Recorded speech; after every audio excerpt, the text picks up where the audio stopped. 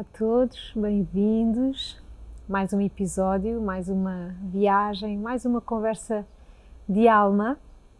E este episódio é especial porque estava aqui a partilhar que já tinha feito assim umas sondagens para tentar perceber com o público que ouve o Gaia Talks quem é que gostariam de ter cá uma outra vez.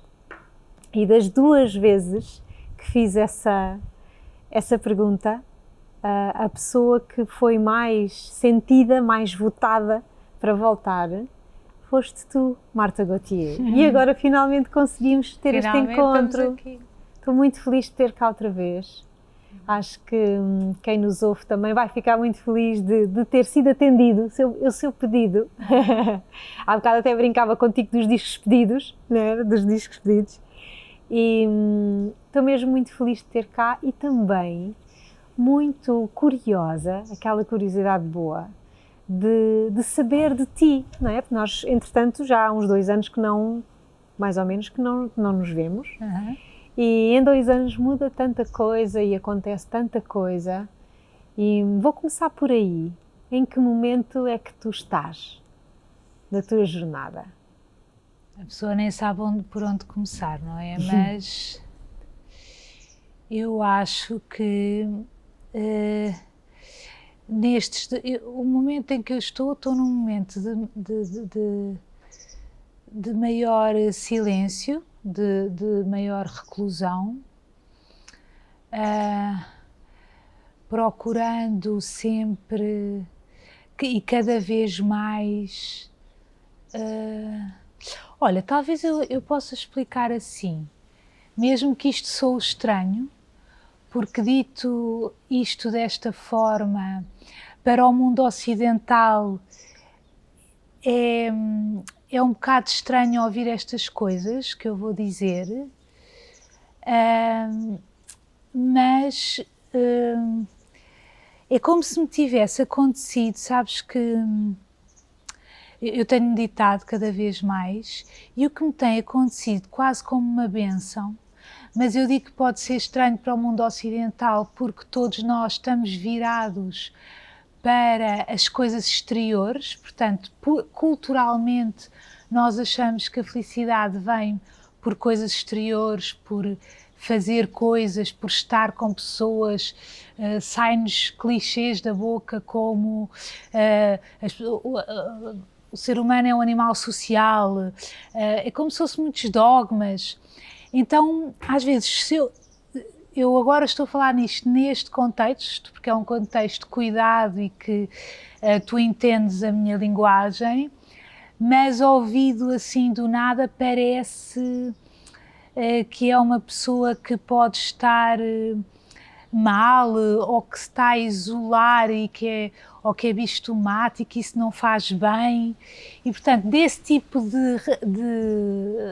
eu escuso muitas vezes a falar disto porque não é entendido e eu não tenho muita pachorra para feedbacks que não têm muito interesse. Então aconteceu-me tudo isto para dizer que me foi acontecendo um desapego natural de coisas exteriores e atenção, tudo aquilo que eu vou dizer nunca sou escrava da coerência.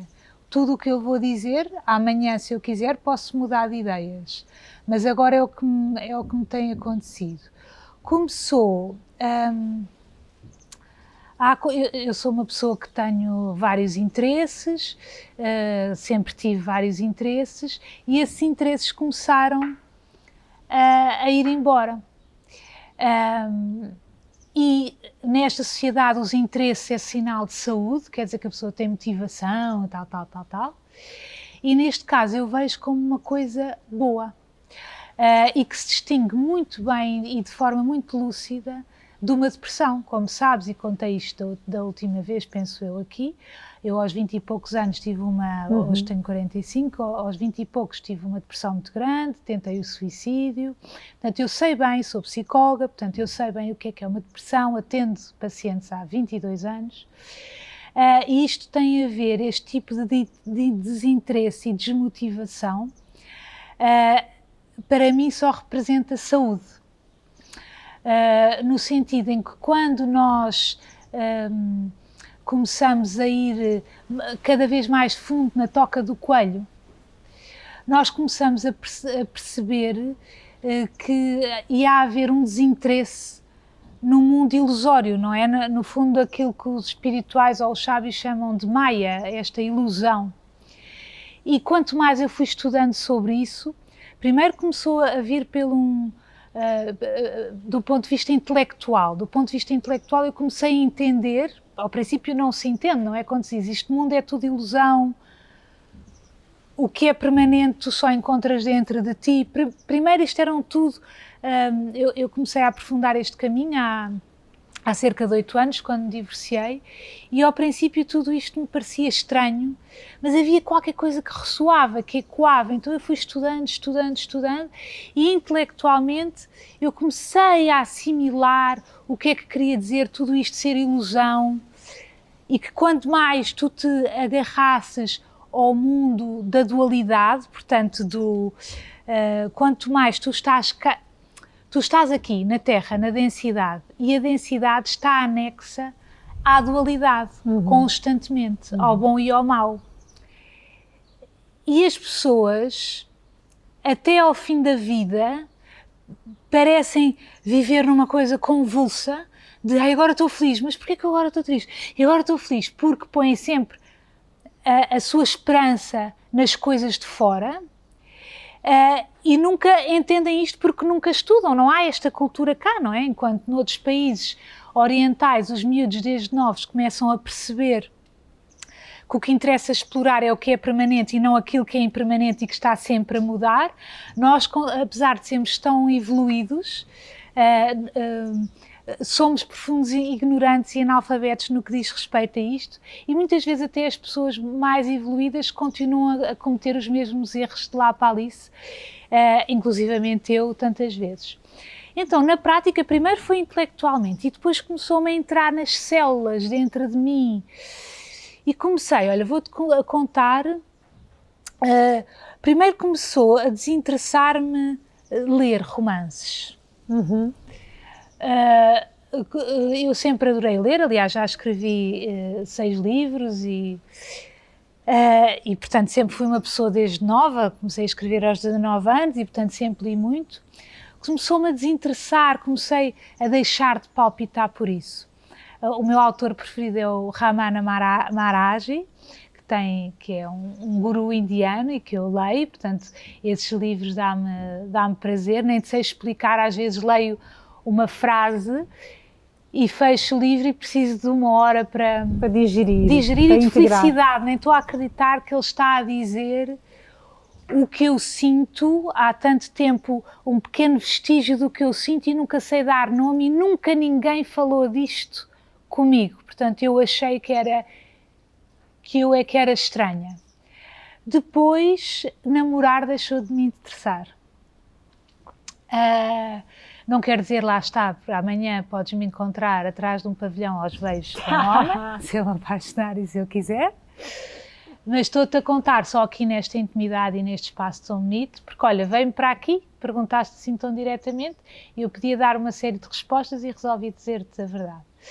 Então, passou a desinteressar-me o namorar, o sexo, passou a saber-me a pouco perante, passou a saber, e isto não quer dizer que eu esteja certa, hein? Eu estou a dizer na minha realidade e o teu público saberá fazer essa distinção.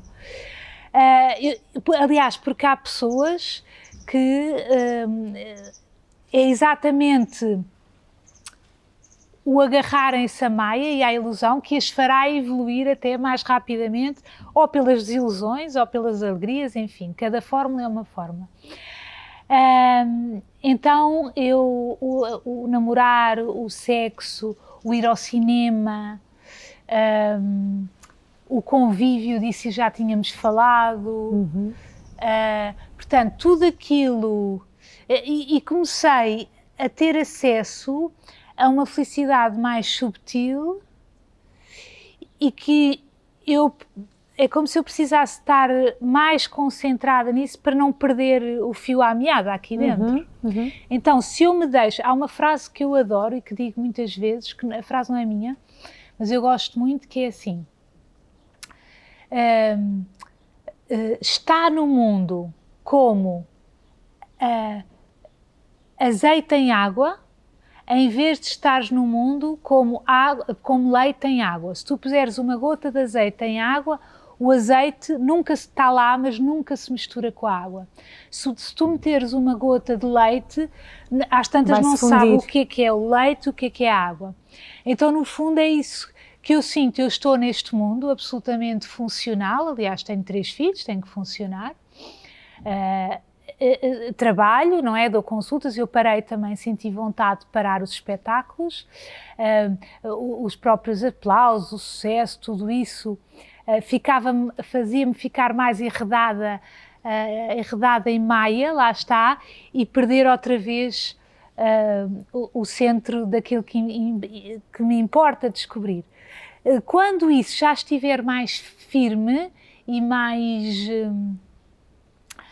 mais certo, já não tem importância o que eu faço. Eu posso ter sexo ou não ter, ou comer 1000 gelados ou conviver. Não quer dizer que eu não coma gelados e que eu não tenha acesso aos prazeres da vida, obviamente, mas deixou de ser umas calças novas, um namorado, uma viagem.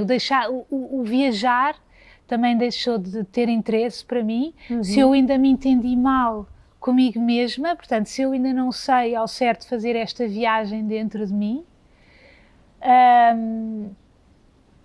o que é que me interessa estar-me a distrair com coisas de fora, com países de fora, se este país que aqui está... E depois há uma coisa que é assim, a meditação, a meditação está na moda porque as pessoas estão a perceber que este sistema falhou, não é? O sistema que nos é apresentado, se tu conseguires ser magra, gira, conseguires ser uma boa mãe, levar os teus filhos às atividades, ter um namorado, ter dinheiro, ter aplauso, ter não sei o quê, tu vais ser feliz. Então as pessoas que andam atrás dessa cenoura constantemente e estão sempre a levar pauladas porque veem que compram uma casa boa, têm uma excitação durante um mês e depois aquilo, afinal não era isto. Encontram um namorado ou uma namorada maravilhosos e afinal não era isto. E nunca chegam a essas desilusões, não é? E então, eu estava a dizer isto agora exatamente porquê? Estavas a fazer o link com o sistema, ou seja, tudo aquilo que o sistema vende, não é? Exatamente, estava a falar da meditação. A meditação começou a estar na moda porque este sistema é falho, não funciona. Então as pessoas perceberam, então eu tenho que procurar dentro de mim, não é? E quando tu começas a meditar, tu reparas ao princípio, que é um aborrecimento muito grande. Porque pela falta de intimidade que tu tens com dentro de ti, não é? Não sabes estar de olhos fechados contigo porque nós estamos tão mimados com o estímulo exterior, estamos habituados a estar sempre entretidos e a estar sempre... O que é que eu estou a ver agora? O que é que me estão a fazer? O que é que eu estou... Não é? E depois, quando estão a morrer de cansaço, caem para a cama e adormecem, até que acordam e começam a encher-se de estímulos, que quando a gente para, já começam a vir fantasmas que a gente ignorou durante anos e anos e anos e a gente nem sabe o que é há de fazer com aquilo, é desconfortável. E, portanto, eles começam a vir porque foram evitados tanto tempo, que aproveitam aquele bocadinho para serem olhados, para serem vistos. Ao princípio assusta. Quando tu começas a aprender a pôr consciência nisso, esses demónios, esses fantasmas, começam a ficar mais pequeninos e tu começas a ganhar intimidade. Então tu começas a ver a futilidade em que tu incorreste ao estar sempre à procura de estímulos para disfarçar dores e fantasmas, porque afinal eles não são assim tão terríveis. Tu não és assim uma pessoa tão terrível como te imaginavas. Conscientemente as pessoas não têm esta noção, mas eu sei que inconscientemente o maior terror da maioria das pessoas é achar-se que não é suficientemente boa, enfim, por causa da forma como cresceram, e é normal que assim seja. É normal que os nossos pais nos frustrem, nos traumatizem, para ver se a gente descobre esta verdade por nós mesmos. O mundo é suposto que não nos mime, exatamente para nós evoluirmos.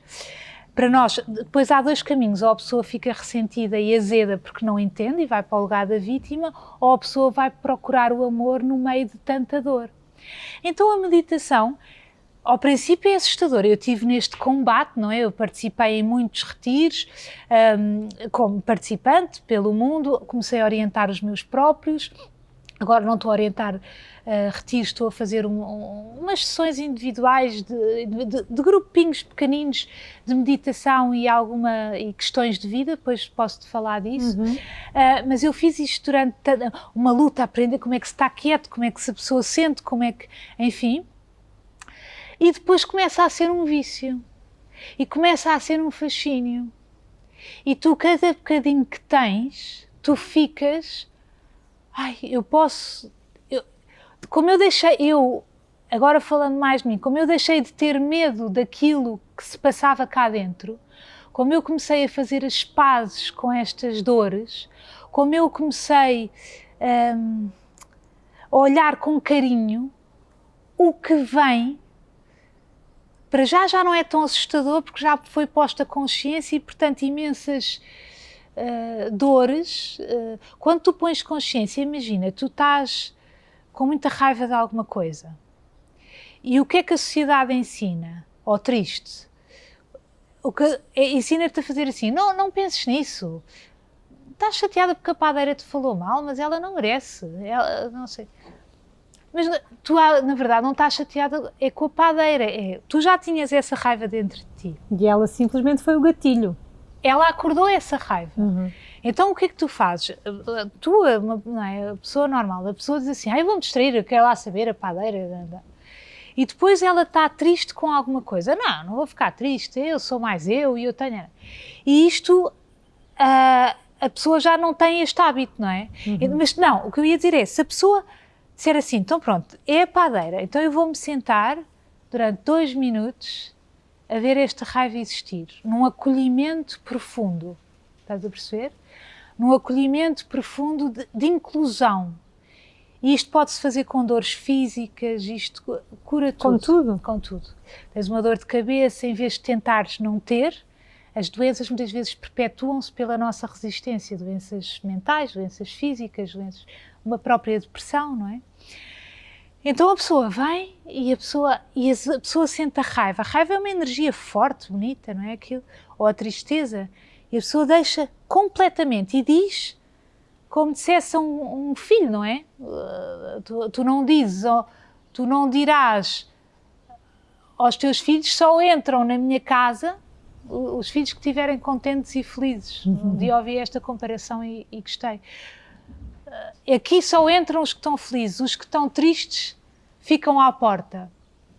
Tu não te imaginas dizer isso, então fazeres com as tuas emoções como fazes com um filho. É linda essa comparação, não é? Então tu recebes aquilo, é uma parte tua que está triste, seja a tua criança interior, o que for, e tu vês aquilo. E como tu estás a pôr consciência, uma coisa que iria ficar ali a minar, se calhar durante dias, ou ficava no reservatório, demora-te muitas vezes com o hábito, em 2 minutos, 5 minutos... Consegues dissolver. Tu dissolves. E isto dá com tudo, uma zanga que tiveste com o filho, com o marido, tu começas-te a habituar. Primeiro passavas ao ato, que é a nossa parte muito infantil. Eu faço o que eu sinto, eu reagir. Depois vês que se tu reages, estás mais sujeita à maia, ao mundo da dualidade, portanto, tu reages e levas logo em cima com outra coisa. Com outra coisa, Na porque mesma a resposta medida. do outro vai-te deixar ainda pior. Então começas a ser mais sábia e começas a sentir isso: espera, vou para o meu quarto. E o que tu demorava um fim de semana à moada com não sei o quê, de repente demora-te 1 hora, tu sais do quarto e tu uma vez, agora vou falar nisto, lembro uma vez, perguntaram ao Dalai Lama assim, eu achei muito bonito, você nunca se irrita? E ele disse: irrito, mas é muito rápido hoje em dia, vem E vai. e já passou. Então tu, quando te habituas a fazer isso, é tudo rápido, tu pensas, não dás muita confiança nem aos sentimentos, nem às emoções. Então tu deixas que passe simplesmente. Aquilo vem, depois aquilo passa e vai-se embora. Mas há muitas pessoas, por exemplo, há pessoas que me chegam às vezes, enfim, nos retiros, que eu acho que nunca vou conseguir meditar, porque têm esse medo. Às vezes só o próprio ato de fechar os olhos, eu às vezes até sugiro que tragam uma venda para não ter aquela tentação, sabes, de abrir o olho, de ver quem é que está a olhar, como é que se está a mexer, ou se alguém, ou o que é que se está a passar. E recebo muitas vezes, quem vem assim pela primeira vez, esse feedback de isto é muito difícil. Mas isso também é ego das pessoas. Percebe a vaidade? Eu às vezes em retiros também meto e às vezes brinco com as pessoas e digo assim, mas que importância que você tem, porque imensa gente diz, não, a minha cabeça não imagina. Os meus pensamentos não param, a minha cabeça, eu digo, eu já tentei, a minha prima, já falei, a minha prima até consegue e eu estou-lhe sempre a dizer. Então a pessoa acha-se sempre exclusiva, não é? É como dizer assim, eu odeio azul, toda a gente adora azul, então vês como isto é arrogância, que é tipo, e a minha cabeça eu não consigo, quer dizer, então seria a única pessoa em que seria impossível. Então, e depois disso, só para terminar esta parte, que é, tu começas a ter acesso ao que é permanente, tu deixas de estar tão sujeito ao preto e ao branco. Claro que eu estando nesta terra não tenho a arrogância de achar que posso sair do jogo de Maia, não é? Mas tu começas a perceber que não te queres pôr a jeito, não é? Então tu começas a ter acesso àquilo que é permanente, que não muda, que é a consciência, que para já é um termo vago, pelo menos para mim parecia, ao princípio, e depois é um espaço que é mesmo verdade, que não tem tempo, que não tem... Eu primeiro comecei com algumas muletas, eu leio tanto sobre esses temas, que para mim é o maior objetivo da minha vida e a única coisa que me interessa mesmo. Então falavam da consciência, que é um espaço que não tem tempo, que não tem forma, que nunca morre, que não nasce, que não morre, que não... Bem, era um conceito vago, que já está sempre connosco, nós nós somos isso é ir para casa. Então, mas como é que eu estou neste tempo e concilio com as coisas que eu tenho que fazer, todas estas dúvidas? Então comecei a arranjar muletas, eu por exemplo, deixei de ver as horas, vejo as horas muito esporadicamente, eu vou ao ponto, ponho um autocolante preto no sítio do meu computador quando tenho que lá ir, no sítio, né? Os relógios estão todos virados para trás, só vou, por exemplo, quando dou consultas tenho que saber, não é? Claro.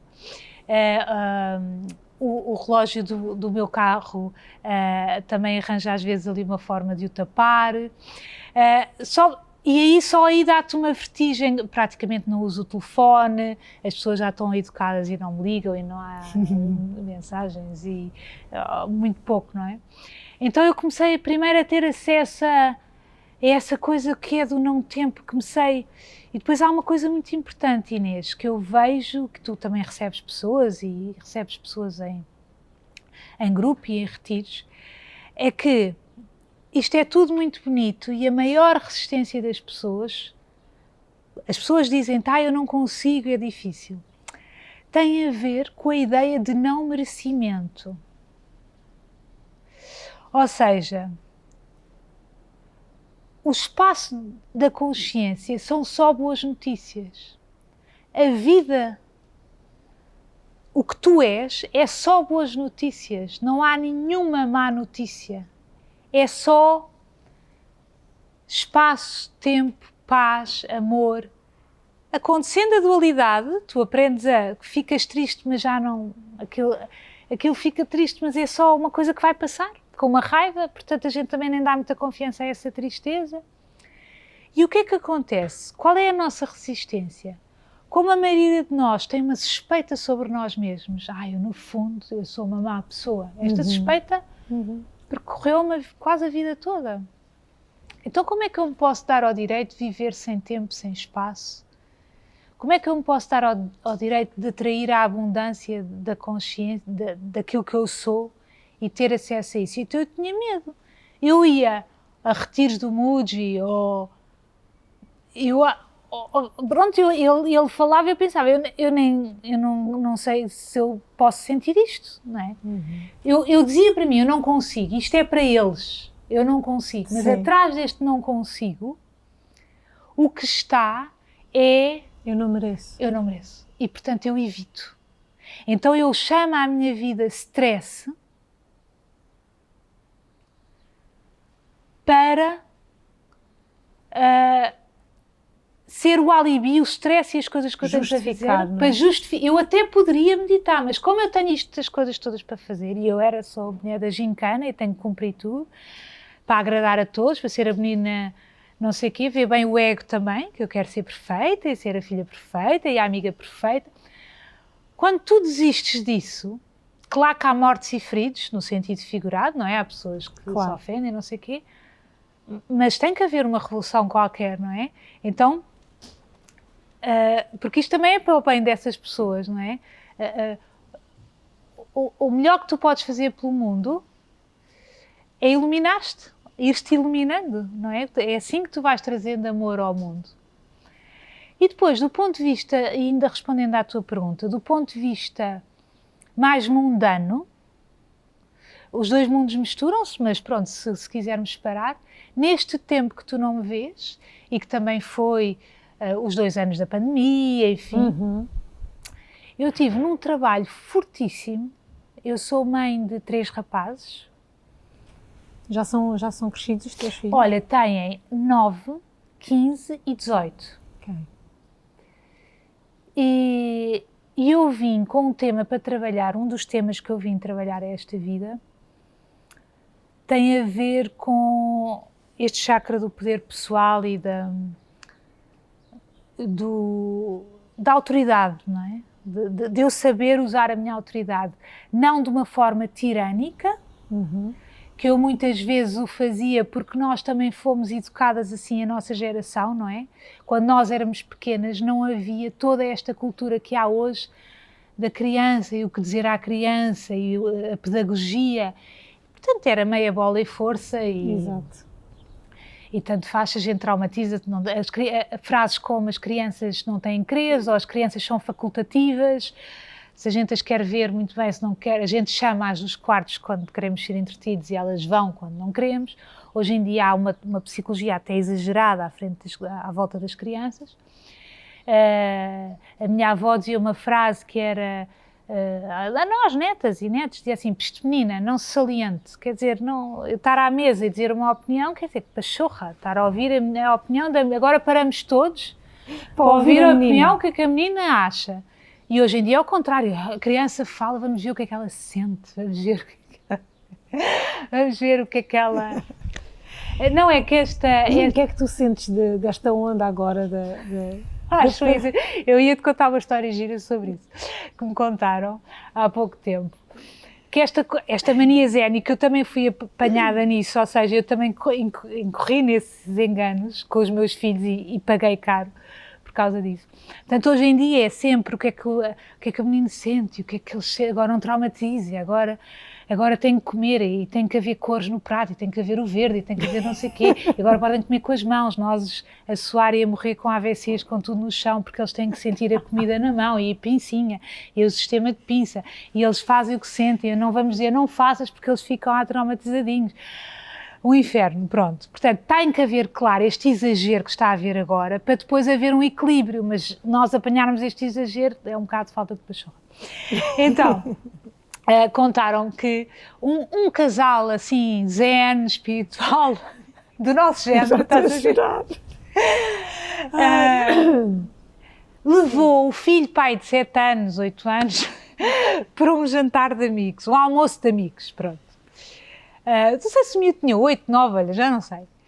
E os pais deram-lhe a ementa e ele perguntou, o que é que eu vou comer?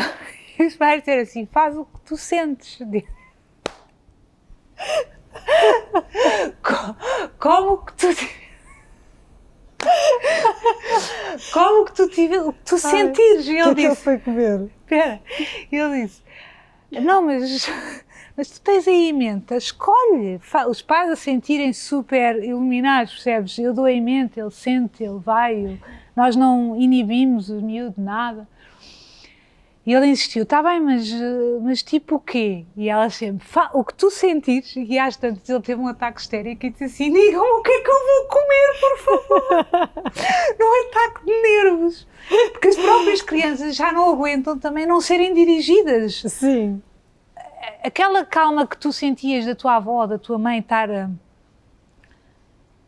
ou seja, era um bocado tirânico, mas dava uma segurança, que é assim, o prato é este, não estás a ver? Hoje em dia é tudo, porque ele não gosta de não sei o quê, porque ele sente... O prato, não, a minha mãe está a fazer... O que é que a minha mãe... Posso, mãe? Vou. O que é que eu como? E a criança não tinha que tomar tantas decisões, eu sou só pequena, ainda bem que ainda há alguém grande que diz o que é que eu posso, o que é que eu não posso, o que é que eu vou comer. Exatamente. Depois logo se vê se eu como mais, se eu como menos, se eu ponho isso dá-lhes também uma certa sensação de segurança. Segurança, estás a ver? Isso é a frase que eu mais digo agora lá na minha casa, que o meu está com 4 anos e não quer nada, não gosta de nada, e eu só digo, olha, é assim, isto é o que há para hoje. É o que há. E se eles querem comer menos, nós na nossa geração também fomos muito torturadas, havia o hábito, um bocado analfabeto de criança que não comesse é porque não sei o quê, e éramos torturados. Eu comecei com isso, fiz todos os erros possíveis a infernizar os meus filhos para comerem. Hoje em dia estou mais, enfim, portanto eu passei de uma fase mais tirana, portanto fazia o que via as minhas avós fazer. Estou ao extremo um bocado também. Portanto eu fui a tirana de não sei o quê e aquela maneira italiana que nós fomos criados, tudo um bocado aos gritos, tudo um bocado histérico, tudo um bocado, as crianças... o menino não tem quereres, pronto, não tens quereres e acabou, eu é que sei. E depois comecei a entrar neste mundo e comecei a deixá-los tudo, portanto eles quase que já me faziam cocó em cima da cabeça porque eu não queria inibi-los, estás a ver? Então era tudo e depois comecei a ter que entrar nesse meio termo. Então, para além de eu ter que vir trabalhar essa autoridade, eu também venho com uma coisa pesadíssima, perto de energia, são as energias alfa que me atraem, pelo menos atraíram durante muito tempo, estou a falar sensualmente, não é? De homens aos homens alfa, aos homens menos dominantes, não é? Hoje em dia já tenho mais interesse com homens, são mais interessantes os homens com mais energia feminina, não é? Porque conseguem falar do que sentem, quer dizer, consegue-se trocar uma ideia mais profunda. Os outros ainda estão muito fóbicos sobre o que, o que é que eu sinto, não é? A gente pergunta, mas o que é que sentiste? E eles dizem o que é que aconteceu, e a gente diz, não, isso é o que aconteceu, mas o que é que sente?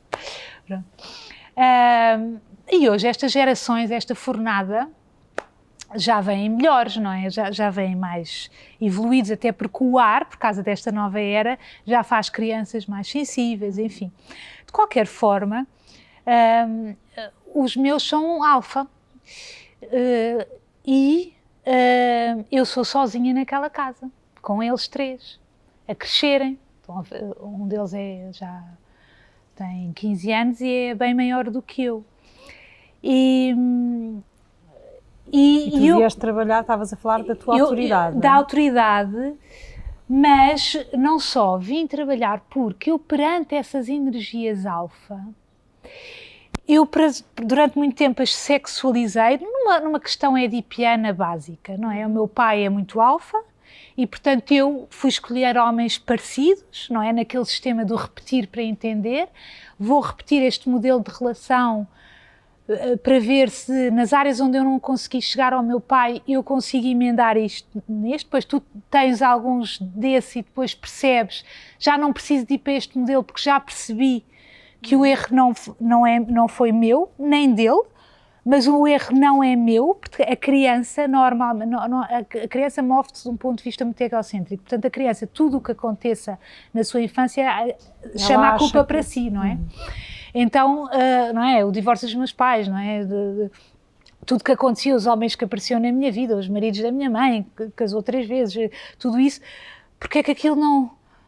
então eu achava que era eu que não me conseguia encaixar, portanto vi com essa parte da criança ferida. Então eu comecei a sensualizar com esses homens e sinto-me protegida naquele, porque esses homens têm muitas vantagens, porque têm de facto certezas, ou pelo menos imitam bem que têm certezas, e isso faz-nos sentir finalmente pequeninas perto de alguém. É bom, às vezes, a pessoa sentir-se pequenina, no bom sentido de aqui posso descansar. Aqui posso descansar. Sou protegida. Exatamente. Mas ao mesmo tempo fico um bocadinho, fico meio aparvalhada, meio insegura, e consigo, tenho dificuldade em partilhar a minha verdade ou ser eu completamente perto dessas energias. Então, como venho com isso para trabalhar, escolhi vir com 3 filhos rapazes que têm sido dominantes, que têm sido os meus maiores professores. Porquê?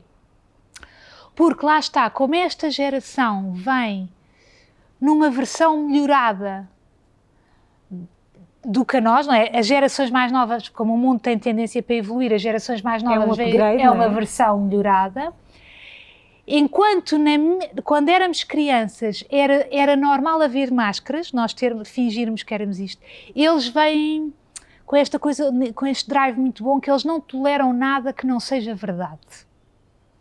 Eles são muito mais, eles dizem-te logo, têm menos pudores em dizer até coisas ridículas sobre si, são assim, eles são assim, são assim. Aliás, tu vês o YouTube desses miúdos, miúdos de 15, 20, 25, e tu fica, é pungente às vezes tu ouvires, uau, que coragem, ensinam-nos, não é? Que coragem de dizerem coisas assim, que não terem vergonha de dizer que não leem, ou que não, nós, não é? ou que não ligam a não sei quê, ou gostam de cheirar o chulé do namorado, agora lembrei, não sei porquê, do má falar, não sei o quê.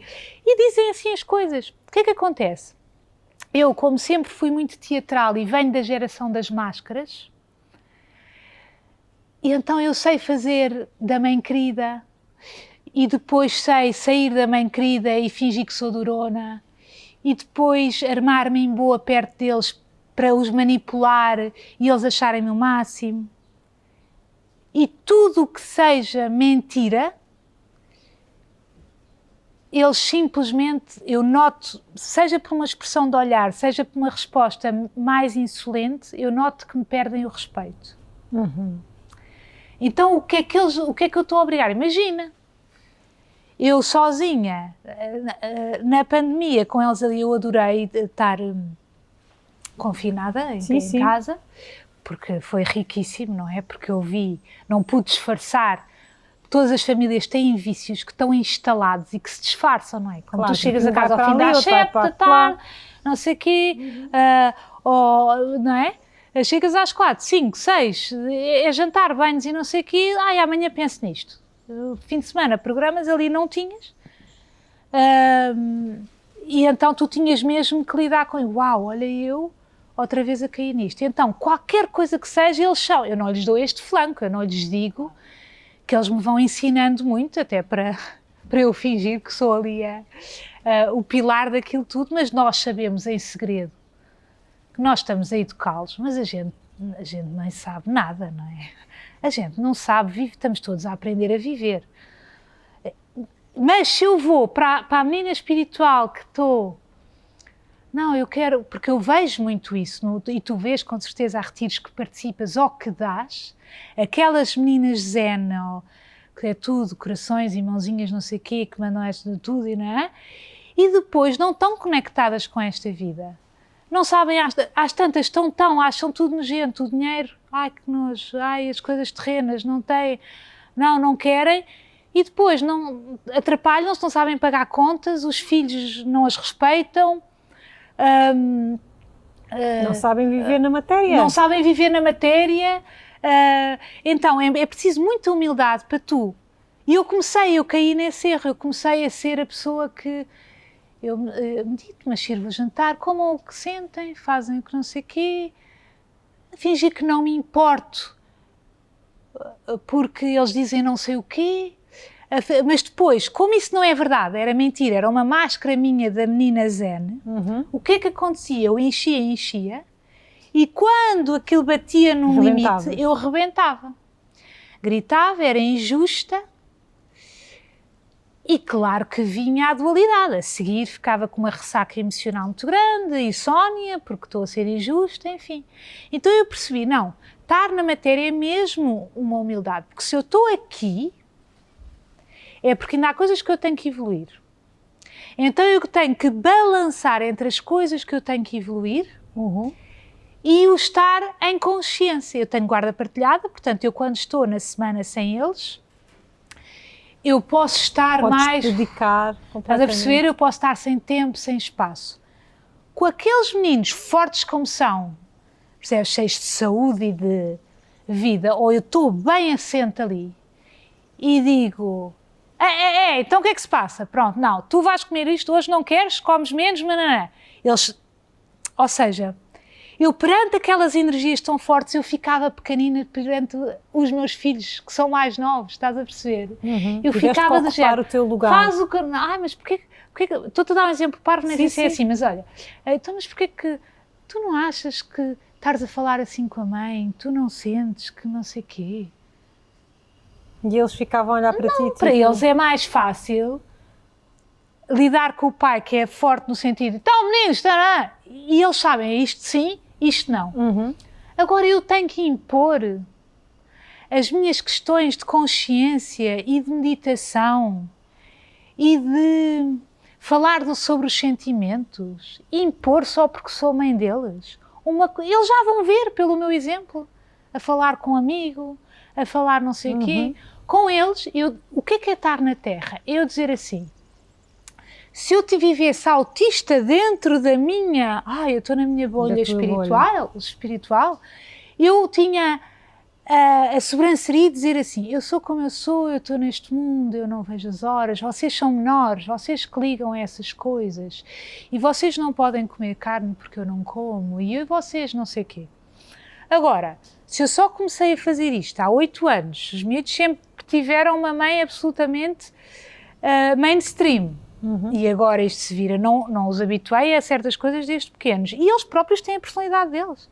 Então, perceber esta humildade toda, eu que sou signo leão, que eu é que sei, e depois pensar assim, ao mesmo tempo, eu tenho que deixá-los ser como eles são, ao mesmo tempo dar-lhe limites. Não esquecer que eu sou a adulta desta casa, sou eu que sei como é que isto se tem que mover, mas ao mesmo tempo ter flexibilidade para onde é que aquilo que não há nenhum livro que ensina. Sim. Aqui é para ceder, aqui não é para ceder. E na quarentena isso deu-me para tudo, ok, aprendi a confiar na minha intuição. Aqui tenho que ceder, estou a ser exigente demais. Aqui não posso ceder. E isto ninguém te ensina. E é mesmo uma coisa que tu sentes, aqui, olha, espera, o que é que eu estou a ser... Portanto, eles ajudam-me a tirar as máscaras, porque se eu as uso, eles são insolentes e eu não tenho mão na casa. Portanto, eu tenho que tirar mesmo as máscaras, não posso ter pudor de mostrar quem sou, porque tive a vida toda de pudor de mostrar. Tenho que perceber que quando eu mostro quem sou, ninguém morre, porque eu, na verdade, não sou má pessoa. Se eu for o que eu sou, o que eu vibro, afinal, eu acho sempre que é pouco, que eu tenho que ser mais maravilhosa, ou que eu tenho que arranjar-lhes programas ótimos. E, afinal, eu vi. Eu um dia, num retiro, numa dinâmica, eu estava como participante, há alguns anos, eu toquei no meu coração, era uma dança e depois tocar no coração, já não sei como é que é. E o meu coração, o que eu senti, a gente raramente sente o nosso coração, não é? Nunca vamos lá com a mão com o intuito de sentir.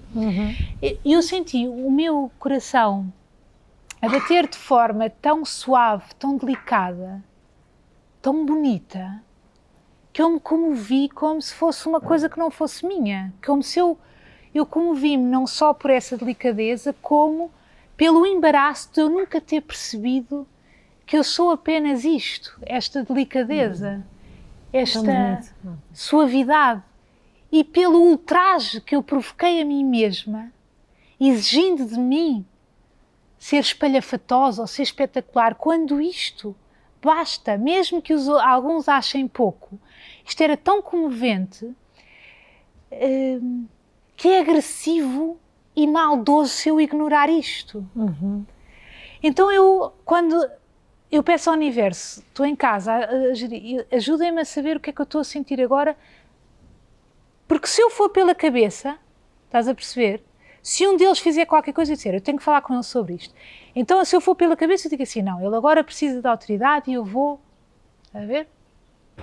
Olha, a mãe quer falar contigo. Eu não estou a sentir, estou a fazer de cabeça porque não é? A gente habitua-se a funcionar por aqui. Fazer este desmame e derreter daqui para aqui é uma sabedoria. É um exercício. É um exercício. É um ginásio. Mas consegue-se. Se eu disser, olha, a mãe está a falar contigo, porque eu não achei normal, eu estou a não conseguir lê-lo, eu estou só a seguir a cabeça. Espera. Agora se eu dizer assim, como é que eu estou? Ele fez isto, como é que ficaste? Fiquei triste, mas basta só dizer. Então, espera, como é que... Eu agora estou mesmo a fazer o exercício. Estou a imaginar uma coisa e... Olha, a mãe estranhou um bocadinho, tu teres dito que não sei o quê. Fizeste isso por causa de... Pronto.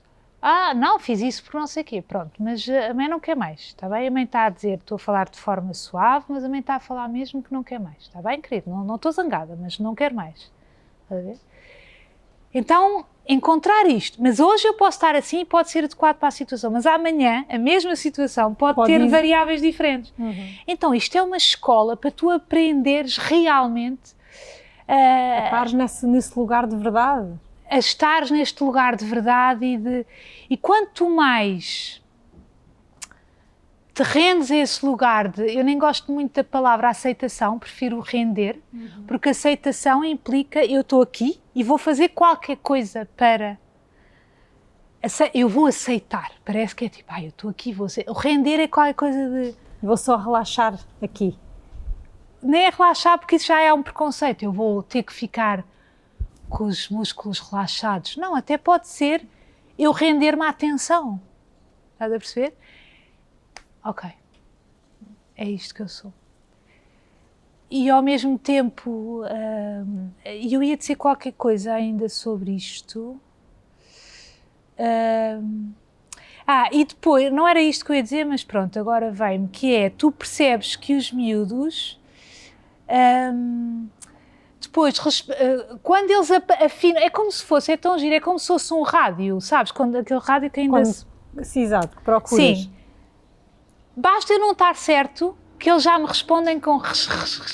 Com ruído. Às vezes eu estou quase certo, ouço a música, mas ainda há um barulho de fundo, que eu ainda vejo não sei o quê. Então eles vão regulando, não é? Principalmente os adolescentes.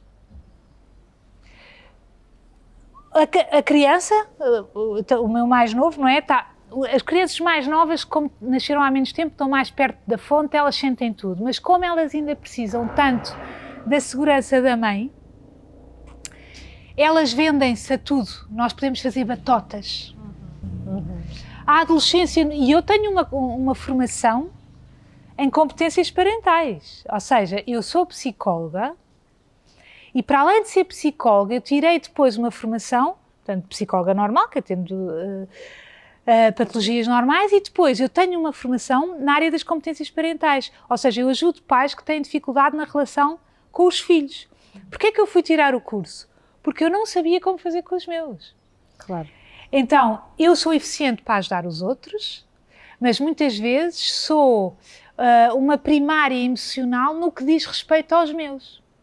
Então, eu vejo que... eu estava-te a falar dos adolescentes e estou-te a dizer isto porque ainda é uma realidade longe da tua, mas tu não imaginas a quantidade de pais que estão absolutamente desesperados por educar adolescentes nesta altura da vida. Porque o vício nos ecrãs... A gente sente que os hipnotiza e que lhes faz mal, se bem que eu acho que isto tem uma lógica. O isolamento das pessoas e que eles estão a intuir que têm que fazer também tem a ver, mas isto é uma teoria muito própria que eu tenho ainda que estudar mais. Percebes? Como eu tenho a certeza que está tudo certo no universo, este movimento deles ou das pessoas para as máquinas... Para se virarem mais para as máquinas? É no sentido de... eles próprios, de uma maneira ainda distorcida, fazerem um movimento também espiritual sem saberem, se retirarem da dualidade do mundo para aprenderem a encontrar respostas sobre si mesmos e não serem tão influenciados pelo exterior. Eu vejo isso por mim, eu estou muito desligada das máquinas, Mas eu quando, ou seja, o meu processo é outro, já tive, já passei por esse processo e agora é outro, portanto, já criei intimidade suficiente comigo para não precisar dessa muleta. No entanto, e vejo por mim que quando eles, muitas vezes, os miúdos fogem do contacto com os outros para se isolarem, eu vejo por mim, numa comparação mal feita, que eu também ter-me isolado dos outros é que quando eu estava também com amigas, com filhos ou com pessoas, com outras pessoas, não é? Uhum. Que falavam sobre a vida, não é? Ou sobre a relação com os filhos, ou sobre o que é que achavam de fatos de banho, ou o que é que achavam da praia. Eu fico mais insegura sobre mim. Sobre a minha intuição, eu fico mais a duvidar, vem mais ao de cima a minha parte mais humana, não é? O Muji tem uma frase muito gira que é, o Muji nem é uma pessoa que eu sigo muito, mas está-me a vir frases dele à memória, que é ser pessoa cansa muito, gasta-se muita energia, ser consciência é tudo fácil. Isso é outra coisa, eu vou atropelando de temas, mas eu já vou lá. Isso é outra coisa que tu começas a perceber, quanto mais te vais habituando a estar em awareness, primeiro só consegues 1 segundo ou 2, depois consegues 1 minuto, depois ficas 2 dias sem conseguir, é uma onda, ou estás lá ou sais, depois vais ficando cada vez mais. E quanto mais ficas, a vida começa a ser cada vez mais fácil. É muito fácil viver, porque tu rendeste tanto que tu és um instrumento e tu só recebes ordens do universo. E não te apegas exatamente a nada. Não, é só fazer. Agora tenho que dizer isto à Inês. Agora, se eu viesse como pessoa aqui, não é? Eu estava num registro mais superficial, mais mundano, não é? Se eu tiver como consciência, desligando-me do que tu podes achar ou que estes senhores podem achar ou qualquer coisa, é mais fácil eu ter esta conversa e a seguir não fico tão cansada, não gasto tanta energia. Então é como se eu venho para essa parte e sei, é mais fácil do que dizer a um filho, portanto é lá está, desligar daqui e vir para casa. Primeiro sente-se um desamparo, não há tempo, não há espaço, eu não mereço, vai-se aprendendo que se merece, começa a ser cada vez mais fácil, começamos a atrair mais abundância, começamos a sentir ao mesmo tempo, tanta abundância assusta, a gente fecha-se, depois começamos a vir outra vez, não faz mal, eu mereço, e tu começas a sentir a vida, é como se nascer de novo, é como tu nunca teres não saberes que havia esta vida. Pronto. Olha, e esses encontros que tu fazes com essas pessoas, esses encontros mais restritos, é como se fosse, sei lá, um círculo, uma terapia de grupo? Então eu até vou dizer que é assim, para quem tiver interesse, porque pode haver pessoas que tenham esse interesse, para enviarem e-mail para o e-mail inscrições Marta Gauthier, tudo pegado, sem tilde e sem cedilha, inscrições martagauthier@gmail.com, e eu dou os detalhes, o valor e etc. No fundo como eu deixei de fazer os espetáculos, onde eu fazia eu fazia os espetáculos de humor, já parei há mais tempo, fazia os espetáculos de conversas sérias, neste momento estou em pausa já há 1 ano. Não sei quando recomeço, enfim, se faço só mais 1 ano, enfim. Mas existe, e eu também quis recolher mais, aquilo é demasiada exposição e distrai-me do trabalho interior que eu estou a fazer. Mas mesmo assim havia uma necessidade de fazer alguma partilha não é? Porque também se diz que quem vai começando a ter acesso a isto é como se tivesse o dever de ir passando a palavra, tu fazes o mesmo, não é? Tu também passas a tua palavra. Então eu faço uns encontros que têm entre 4 a 8 pessoas à hora de almoço, do dia de semana, da 1 às 2:15, em dias específicos, normalmente faço 1 vez por semana, em que meditamos um bocadinho ao princípio, eu falo um bocadinho sobre meditação, e depois cada pessoa traz num papel uma questão de vida, qualquer, porque eu posso responder ou como psicóloga ou do ponto de vista espiritual, em que as pessoas estão a ouvir a minha versão, depois farão essa triagem do que lhes serve ou não. Portanto, pode ser coisas mundanas ou coisas espirituais e, portanto, eu guardo esses papéis, não é, ao início, e depois respondo e no fim meditamos mais um bocadinho. No fundo é isso. Ok. Então, se quem quiser participar destas tuas sessões é através desse envia-me um e-mail e depois acaba por saber os detalhes. Marta, olha, eu ficaria aqui sem tempo nem espaço a falar contigo e a ouvir-te, na realidade, contigo sinto que aprendo sempre muito com as tuas partilhas honestas e inspiradas. Mas olha, foi muito bom saber-te nesse lugar, no lugar onde tu estás. Muito bom aprender contigo, eu que sou mãe de um miúdo com 4 anos, aprender um bocadinho de como é que me posso melhorar nessa escuta, nessa comunicação com ele. E agora tenho assim um jogo para te fazer, mas 3 perguntas da resposta rápida. Está bem, deixa-me só dizer que depois fico com pena que as pessoas não ouviram até ao fim e é só mais uma frase ou duas. Dos adolescentes eu disse que por um lado percebe-se que eles se isolem nas suas máquinas, por outro lado, como eles fazem isso e os pais estão numa fase que estão com pudores de exercerem a sua autoridade e os miúdos não podem ter o livre acesso porque não têm, como aquilo é viciante, desperta sensações cerebrais muito, muito parecidas com as da cocaína. Estás a falar dos ecrãs. Sim. Então, e os pais estão com cerimónia, como estão culpados porque trabalham muito ou por causa desta coisa dos pedagogos que não se pode traumatizar, têm cerimónia de dar limites mais sérios. Há muitos pais que não, mas outros que sim. Está a haver este choque de gerações em que as mães estão muito perdidas, ao mesmo tempo querem fazer tudo, mães e pais, porque o menino, coitadinho, não pode sofrer, por outro lado, não querem também ser demasiado rígidos, que isso também não é mau, mas encontrar um meio termo. Então isso tem sido um desafio, era só este apontamento. Ok. Então vamos ao jogo. Então vá.